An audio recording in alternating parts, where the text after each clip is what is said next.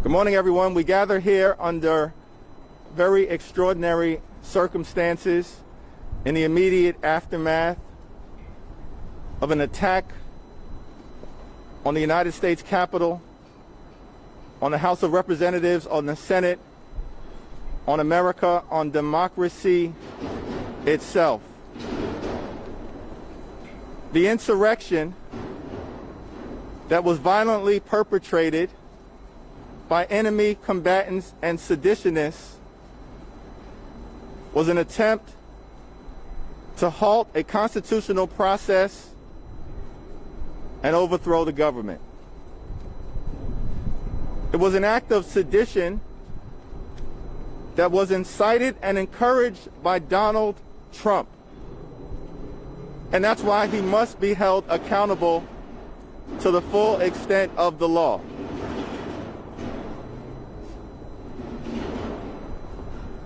President Trump has engaged in irresponsible behavior for years.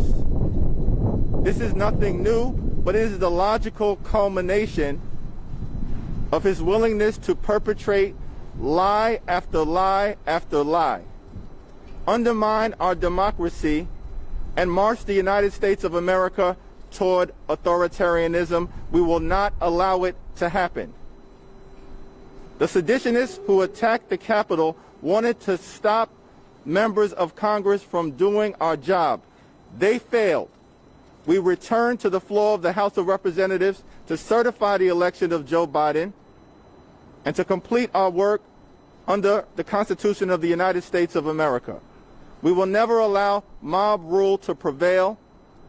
We will continue to uplift the rule of law. It's my honor to be joined by members of the congressional delegation, all of whom will speak to the issues that occurred in the attempted insurrection against the United States of America, as well as the way forward. Let me simply say this. Donald Trump must be removed from office immediately.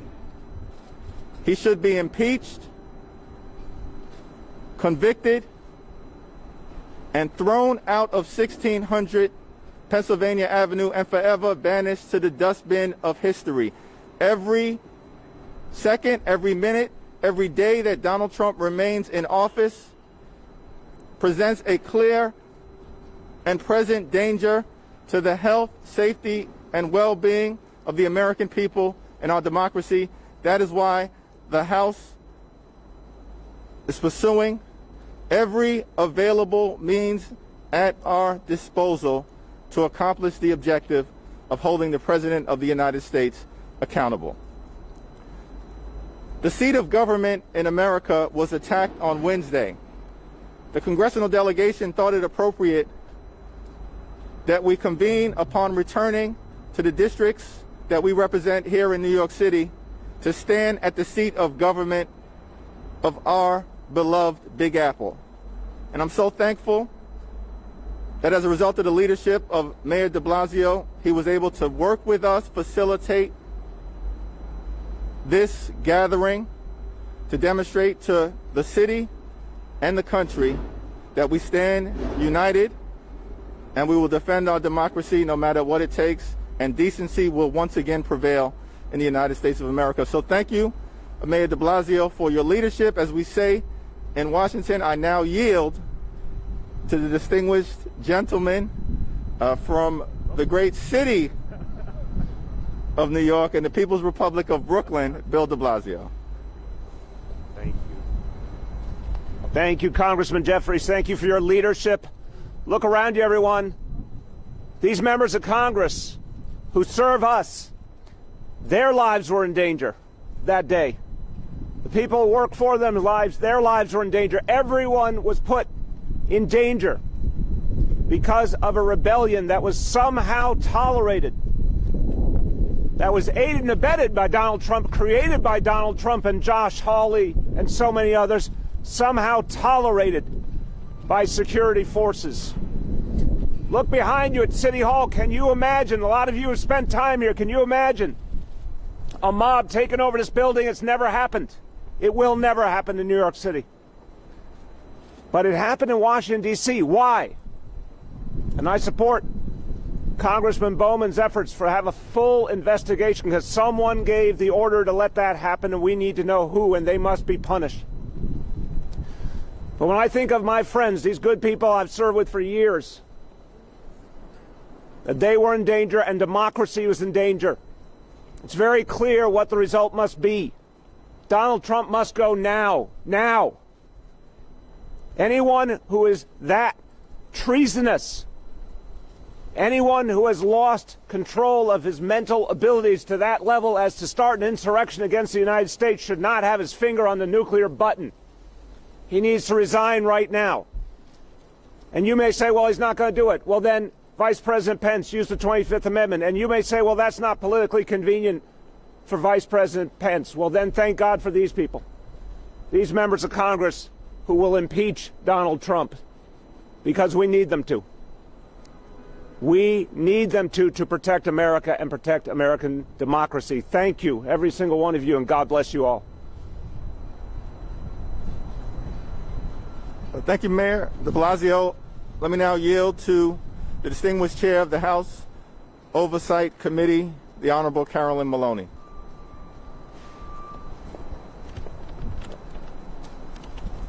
Thank you, Hakeem Jeffries, for leading us in this press conference and leading us as the president and the leader, the chair of our caucus. I thank our mayor for joining us and all of my colleagues for their leadership in Congress and their committees and in this crisis that we're confronting. We just lived through one of the darkest days in American history. I was shocked. I never believed that the Capitol would be stormed by domestic terrorists and that they would be successful in entering and disrupting the work of Congress. We were meeting, as required by our Constitution, to review the electoral votes and to ratify them. They stormed the room, took over. I am still in shock over what happened. But what is even more shocking is that the President of the United States instigated, led, abetted, was part of this insurrection and disruption of our democracy and our sacred example, our capital of our democracy. He is incapable of leading. He cannot be trusted. He should resign immediately. He is a clear threat to our democracy. If he does not resign, then the leaders of our country have to meet and move forward with the 25th Amendment to remove him from office. If they do not act, then this Congress will go back next week and we will move forward with the second impeachment of Donald J. Trump. As chair of the Oversight Committee, I have sent a letter to the FBI. The FBI is the federal agency that we have jurisdiction over, joined by 4 other chairmen, asking for a thorough investigation and a emergency meeting on Monday, which they have allowed. We will be meeting with them Monday afternoon with a review and accounting of what did they do to get ready to protect our people, our residents, to protect our Capitol. These threats were all over the internet. Everyone knew about it. What was their role in protecting us? What was their role that day to defend the Capitol and to defend the people? And what are they doing now to hold people accountable and to make sure this never happens again? Those who allowed this attempted coup should all resign. We must protect our democracy. I would now like to recognize the distinguished Nydia Velasquez, chairwoman of the Small Business Committee and my very good friend. Thank you. Good morning, everyone. Thank you, Chairman Jeffries, Mr. Mayor, for hosting us, and to all my colleagues for being here. America was attacked by a mob of domestic terrorists incited by a U.S. sitting president. Imagine that for a moment. The President of the United States of America instigated a mob to go and give a coup d'etat because he was not this egomaniac didn't want to recognize the fact that the people of this country elected Joe Biden as President of the United States. A president whose first sacred constitutional duty is to protect our homeland from threats both domestic and foreign. And I have been clear, every single Republican who stood by the monstrosity that is Donald Trump has blood on their hands. Trump is unhinged, and I do not want to hear one more person in power who enable him absolve themselves of responsibility for what happened on Wednesday. So this has been a painful and cruel 4 years for our country. And this is not the first time Trump has merited calls for removal from office. But now, even with less than 2 weeks before the inauguration, we need him out. He is a threat to our national security. He is a threat to all of us. He is a threat to America. I have called for any constitutional means necessary to remove him immediately. Instead of resigning and trying to save face, like Betsy DeVos, Elaine Chao, members of his cabinet ought to be invoking the 25th Amendment. For once, do right on behalf of the American people. Don't tell me that all of a sudden you are surprised and horrified. You know from day one when he came down those stairs in his hotel what he was about. We have been warning America, and we have been warning the Republican leadership.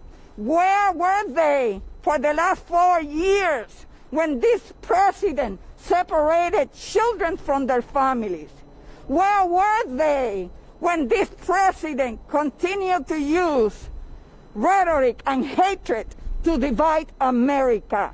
And all of a sudden, they are horrified. Lindsey Graham, give me a break. But we are not holding our breath.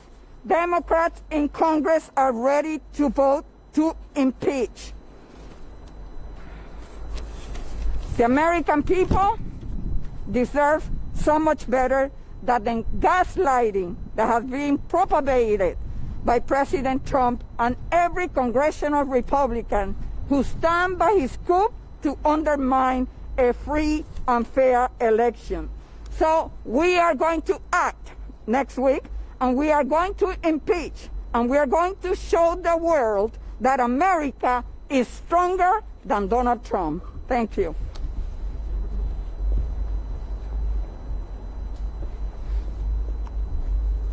I'm Congressman Gregory Meeks, and indeed, it's a sad day in these United States of America and all over the world. An attempted coup d'etat took place at the People's House last Wednesday. And the person who, in my estimation, was the commander-in-chief, not of the United States of America, but the commander-in-chief of those who went and violently tried to do a coup. That man is named Donald J. Trump. We heard him say to the Proud Boys, stand back and stand by. Then we heard repeatedly him say to them and others, make sure you come to Washington, D.C. on January 6th and send a message that had never been heard before. We heard him on the 6th summon everybody to first the White House and had his henchmen get them all fired up and gave them directions to walk down Pennsylvania Avenue to come to the Capitol. He does not fit the office of president and needs to leave immediately. He is a threat to the national order, and he is a threat to the international world order. What he has done and how he has led puts our national security at stake. I can't tell you, as chair of the House Foreign Affairs Committee, how many of our allies called me saying they couldn't believe their eyes of what was taking place in the United States of America. I can't tell you how many ambassadors and other international legislators called and said, if this can happen in America, it can happen anywhere, threatening the world's order. This man must go. The camera of history is rolling. And that camera, your cameras, will show what we did or didn't do at our time of crises. The United States Congress cannot sit by at this time and do nothing. And that's why we will go back next week. If he doesn't resign on his own, or if the 25th Amendment is not invoked, the camera of history will record that the House of Representatives did the job that they were supposed to do. And then I would hope the Senate and anyone else would do the job that they were supposed to do. But we will make sure that the world knows that the United States of America still is governed by rules of law, and we will stand, and nobody is above the law, especially Donald J. Trump. I now would like to call up a fighter, member of the Appropriations Committee, Adriano Espaillat, Congressman Adriano Espaillat. Thank you, Congressman Meeks. Every time we're taken off to office, we swear to protect and defend the Constitution of the United States against all enemies, foreign and domestic. Donald Trump is a domestic enemy. His collaborators are domestic enemies. I say collaborators because there were people around him that aided and abetted these urban terrorists that assaulted democracy and the Capitol, including Rudy Giuliani, who right here led a riot against Mayor Dinkins. Let's not forget that. Rudy Giuliani led a riot here, right in front of City Hall, against Mayor Dinkins. He is a predicate felon. He is a predicate felon and should be arrested. Donald Trump's children were involved in this as well. And so we must proceed with a quick and swift impeachment. Nearly 4 years ago, I was part of the first 6 members of Congress to call for an impeachment. I stand here today to say we must impeach him again. And leave it to the Senate. We have the tools in the House to do it ourselves. Let's see who in the Senate will be on the right or on the wrong side of history. Estamos aquí para decir que cada vez que nos juramentamos para asegurar que protegemos y defendemos la Constitución de enemigos extranjeros y domésticos.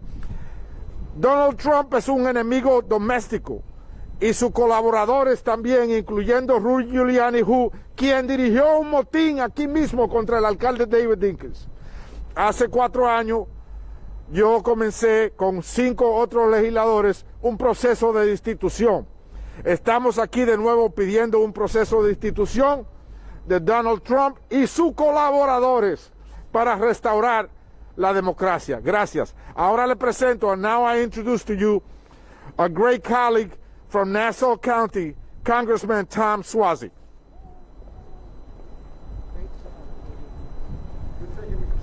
Thank you, Adriano.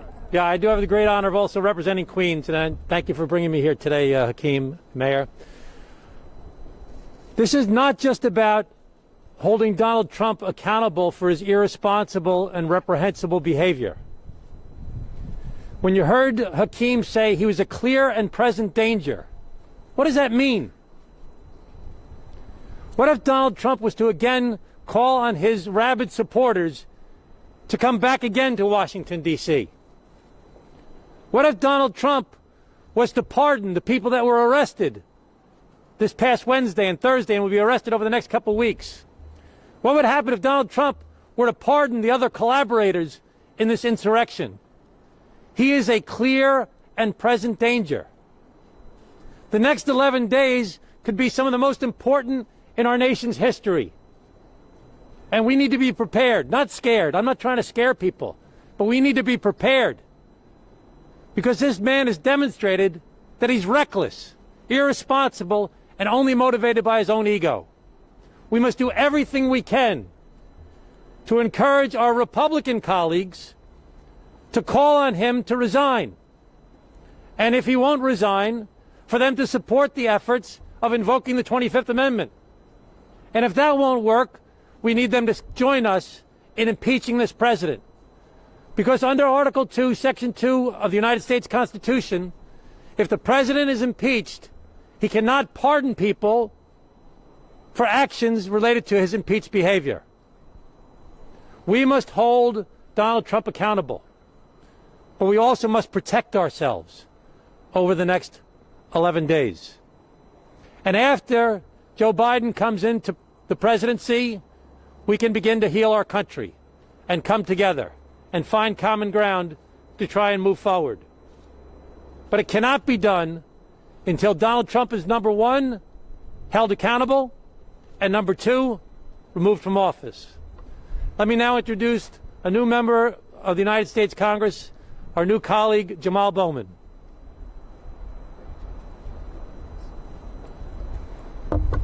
Good morning, everyone. I am not okay this morning, and the people in my district are not okay.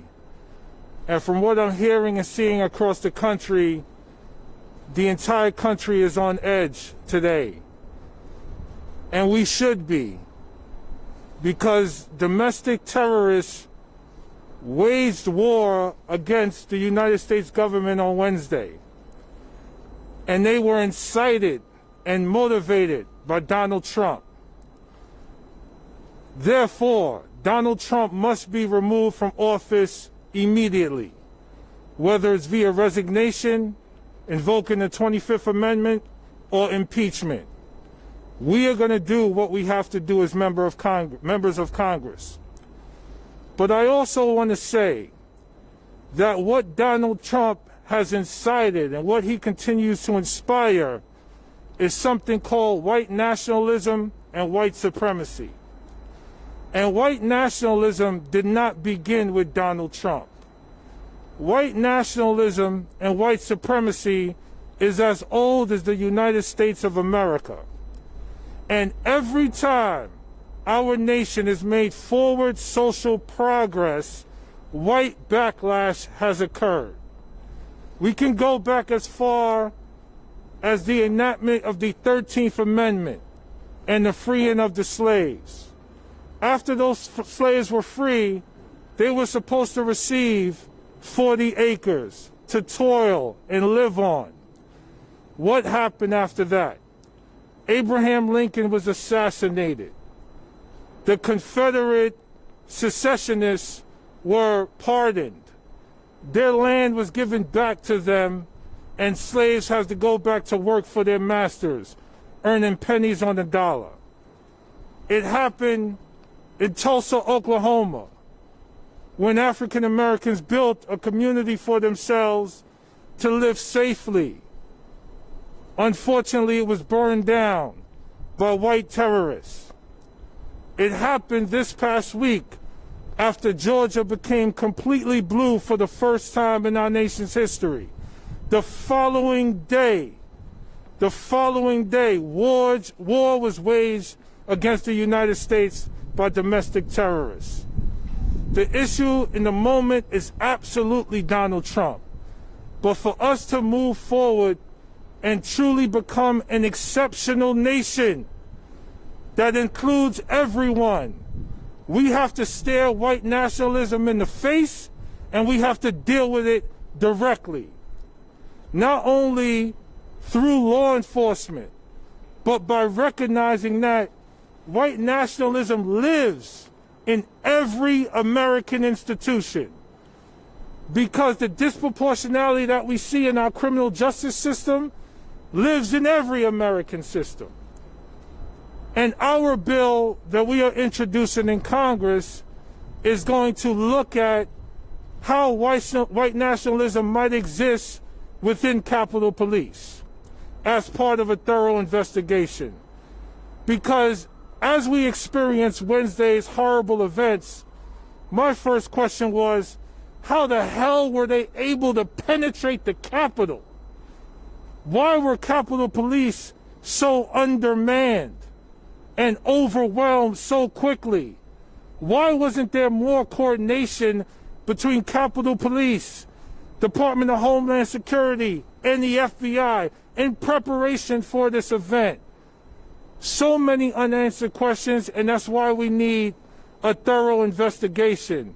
And as we've seen on the media, some of the Capitol Police let the rioters into the Capitol. So, yes, Donald Trump needs to be removed immediately, but let's finally, as a nation, from local, state, to the federal government, call white supremacy what it is, domestic terrorism, and deal with it accordingly throughout every American institution. Thank you very much. Thank you, Jamal. Thank you, Mayor de Blasio, and to all my colleagues in government. Questions?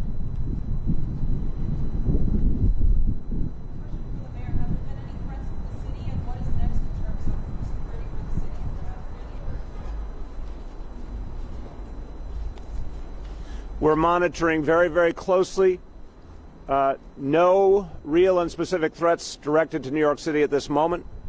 There are some small demonstrations planned for tomorrow that we are carefully monitoring. If we see anything larger going on, we're certainly going to give a public update on that. But right now, no threats to speak of.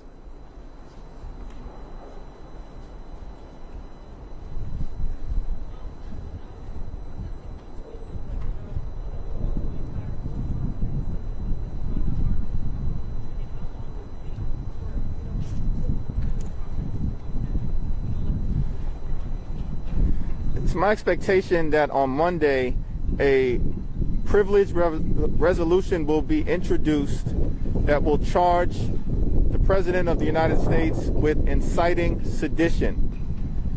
The vehicle of a privilege resolution will allow the House to move expeditiously to consider the article of impeachment on the floor of the House of Representatives, to vote it out, and to send it over to the Senate without having to go through a traditional Judiciary Committee markup.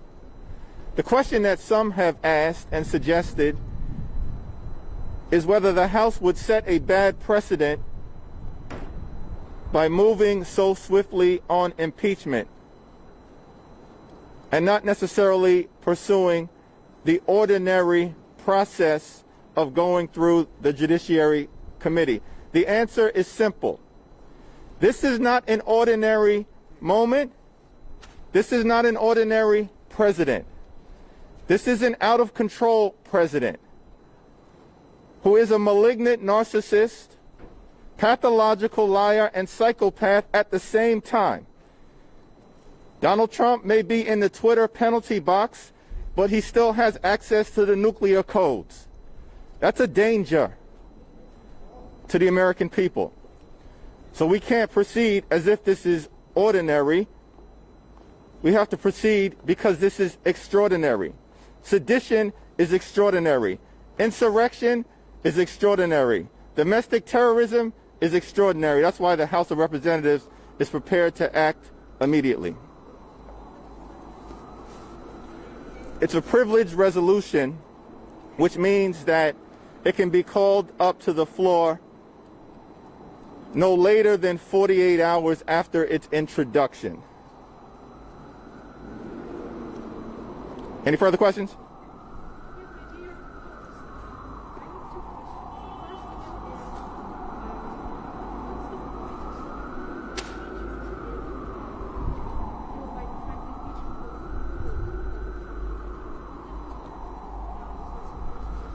Yeah, let me stop you on that question because I want my colleagues to answer it. And the question is, what is the point of... I'll repeat it. The question is, and I'm going to allow my colleagues to answer, what is the point of impeachment if it may not make it to the Senate? And let me just simply say, and then I'll let my colleagues answer, the House of Representatives is a co-equal entity. We don't work for Donald Trump and we don't work for the Senate. We have a responsibility to do the right thing by the American people and then put it on the Senate to act.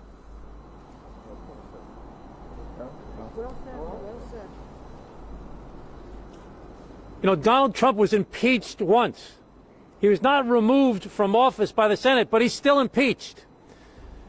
He'll be the only president in the history of the United States of America to be impeached 2 times. Most importantly, it's not a symbolic thing. If the president is impeached, I believe that he loses his power under the Constitution to pardon people for the impeachable offense. He can no longer pardon people for anything related to this insurrection if he becomes impeached. That's the most practical, real impact of him being impeached. Of course, we would hope that the Senate would act and he'd be removed, but that's the most important thing, I believe, is removing his pardon powers. Second question? Lydia? Can I say something? You know, he was impeached by the House one time. The Senate refused to act. And here we are, 5 lives lost. People in the Senate have to answer. Public sentiment is everything. So I hope that the American people put the pressure on Senate Leader Mitch McConnell to do right by the American people. Right. Let me just give somebody any... Well, go ahead. Yeah.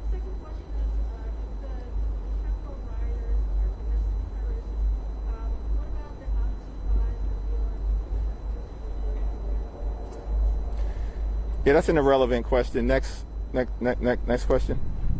Last question.